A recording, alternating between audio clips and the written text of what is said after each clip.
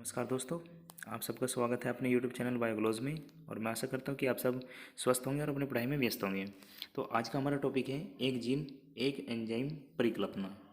ठीक है ना, एक जीन एक एंजाइम परिकल्पना। ठीक है, तो इसमें क्या है कि ये सबसे पहले जो परिकल्पना दी है तो ये जॉर्ज बीटल व एडवर्ड टेटम ने दी। ठीक है, उन्होंने बताया कि जो एक प्रजाति है कवक की, न्यूरोस्पोरा क्रेशा, ये क्या है, कवक है। और कवक की एक प्रजाति है जिन्हें इन्होंने अपने प्रयोग के आधार पर बताया कि कोई भी एंजाइम है उसके संश्लेषण के लिए कौन पीछे कौन होगा, कोई ना कोई जीन नियंत्रित करेगा। हर एक एंजाइम को जो संश्लेषण है उसे कोई ना कोई क्या करते हैं, जो जीन है वही संश्लेषित करेगा। और इस प्रकार से इस प्रकार जो एंजाइम है उसके संश्लेषण को जो जीन कर रहा है, नियंत्रित कर रहे हैं, इसी को क्या कहा जाता है, एक जीन एक परिकल्पना कहा जाता है। चलिए अगर हम बात करें, देखिए यहाँ आता है फिर लैक ओपेरॉन। ठीक है, यह लैक प्रचालक, जिसे हम हिंदी में कहेंगे ओपेरॉन को लैक प्रचालक।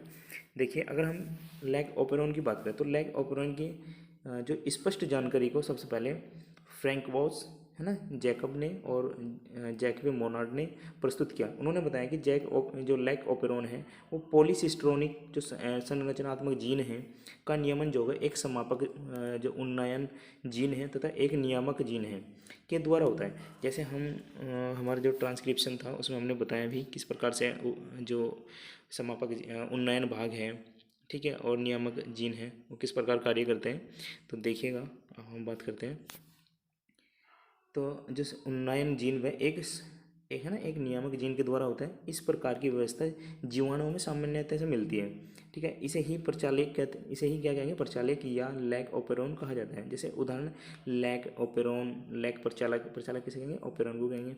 अब देखिए आप यहाँ ये जो आपको स्ट्रक्चर दिखाई दे रही है इसमें आप थोड़ा सा समझिएगा कि देखिए जैसे ये एक डीएनए खंड है, आपको ये खंड दिखाई दे रहा है, ये डीएनए खंड है। अगर हम इसकी संरचना देखें तो इस पर हमें कुछ अलग से जीन दिखाई देंगे। जैसे जो सबसे पहले दिखाई दे रहा होगा आपको कि ये जो है ये लैग फर्स्ट है। ठीक है, ये प्रोमोटर जीन है, ये ऑपरेटर जीन है, ये यहाँ से लेके यहाँ तक का क्या है, स्ट्रक्चरल जीन है, जो कि डीएनए खंड बनाने में ही भाग लेता है। देखिए यहाँ से जो ये रिसेप्टर प्रोटीन होगा, ठीक है, ये यहाँ से आके आप यहाँ देखिएगा, यहाँ से उठ के, ठीक है, ये यह कहाँ पहुँचता है, यहाँ पहुँच रहे हैं, ये वाली संरचना है। ठीक है, और यहाँ से इसे कौन रेगुलेट करेगा, जो ऑपरेटर जीन है। और फिर लैक जेड लैक वाई से होता हुआ ये, जैसे लैक है तो ये किसे करेगा, लैक्टोज को करेगा। ठीक, और इसी के माध्यम से क्या हुआ, ये जहाँ पे ये संरचना आपको दिखाई दे रही होगी स्ट्रक्चरल जीन की, तो ये एक अलग से जो जीन है उसे बनानी शुरू कर देगा। ठीक, तो आप आगे देखिएगा, फिर आगे बात करते हैं कि जो लैग ओपेरॉन है, लैग ओपेरॉन वह तंत्र है जो यह बताता है कि संरचनात्मक जीन के मुख्य आरएनए के बनने के नियमन को दो जीन, रेगुलेटरी जीन जो कि हमने पहले ही बताया आपको, रेगुलेटरी जीन व प्रमोटर जीन करते हैं। देखो अगर हम आरएनए की बात करें, आप ये वाली संरचना दोबारा से देखो कि आपको यहाँ जो है मैंने बताया कि यहाँ पे जो एक तो रेगुलेटरी जीन है, आप ये देखिएगा, ठीक है, और ये रेगुलेटरी जीन और प्रमोटर जीन यही क्या कर रहे हैं, स्ट्रक्चरल जीन, यानी कि ये निर्माण कर रहे हैं किसका, जो आरएनए है। तो आप यहाँ देखियो, अब दोबारा हम पढ़ते हैं कि लैक ओपेरॉन वह तंत्र है जो यह बताता है कि संरचनात्मक जीन जो स्ट्रक्चरल जीन है ना, संरचनात्मक जीन मतलब स्ट्रक्चरल जीन जो है, यह मुख्य आरएनए के बनाने के नियमन को दो जीन जो अलग से शुरुआत में हमने बताया कि एक तो रेगुलेटरी जीन है, दूसरा प्रमोटर जीन है। ठीक है, यही नियंत्रित करते हैं। ठीक, और इसके बाद अगर हम बात करें मानव जीनोम परियोजना की, देखो मानव जीनोम परियोजना, देखो मानव जीनोम परियोजना को जो सबसे पहले सन 1990 में मुख्य मनुष्य के जो जीनोम है, जीनोम क्या होता है, गुणसूत्र के ऊपर सेट एक जीनों का समूह ही क्या है, जीनोम है। ठीक है, यहाँ से देखिएगा कि मनुष्य के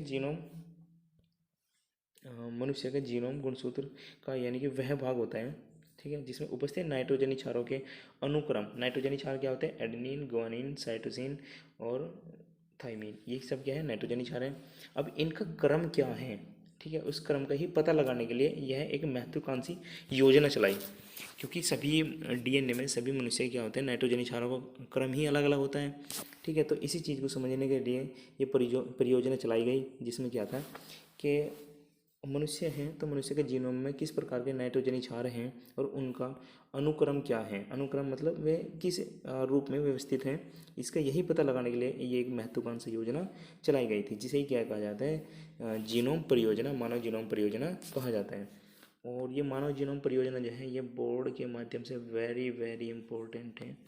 ठीक है, यानी कि मानव जीनोम आप याद करते हुए चलेगा, यानी कि वह योजना है जिसे मानव जीनोम में जो नाइट्रोजनी क्षार हैं उनके अनुक्रमों का जो अनुक्रम, यानी कि सबसे पहले जी है तो इसके बाद सी आएगा या टी आएगा, ए आएगा, ये पता लगाने के लिए ही ये योजना चलाई गई थी, जिसे क्या कहा जाता है, मानव जीनोम परियोजना कहा जाता है।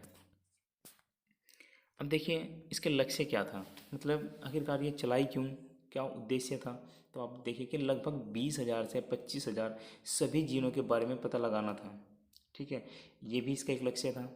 फिर मानव डीएनए को बनाने वाली जो 3 बिलियन नाइट्रोजनी क्षार के है ना अनुक्रम का पता लगाना था, क्योंकि हम पहले बता चुके हैं जो इसमें नाइट्रोजनी क्षार हैं उनका ही पता लगाना था। आखिरकार सबसे पहले एडेनिन आएगा, थाइमिन आएगा, है ना, ये एक अनुक्रम था। तो इसी चीज़ का पता लगाने के लिए एक महत्वाकांक्षी योजना चलाई गई थी। और फिर इसी के जो नाइट्रोजनी क्षार हैं ये उनका अनुक्रम क्या है, एक प्रकार से इनका पूर्ण रूप से एक आंकड़ा हमें मिल सके, तो इसी आधार पर ये योजना चलाई गई और इसी योजना को क्या कहा गया, मानव जीनोम परियोजना कहा गया। इसकी विशेषताएं देखिए, अगर हम विशेषताओं की बात करें कि मानव जीनोम में, ठीक है, 3164.7 करोड़ नाइट्रोजनी जो क्षार युग्म है ये इतने मिलते हैं।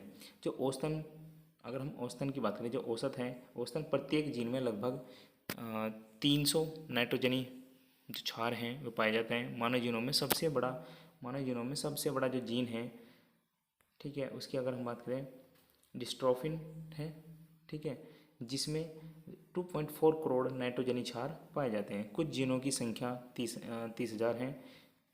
ठीक, और अलग अलग प्रकार से इनकी संख्या या इनकी नाइट्रोजनी जो क्षार हैं उनकी जानकारी प्राप्त होती जा रही है।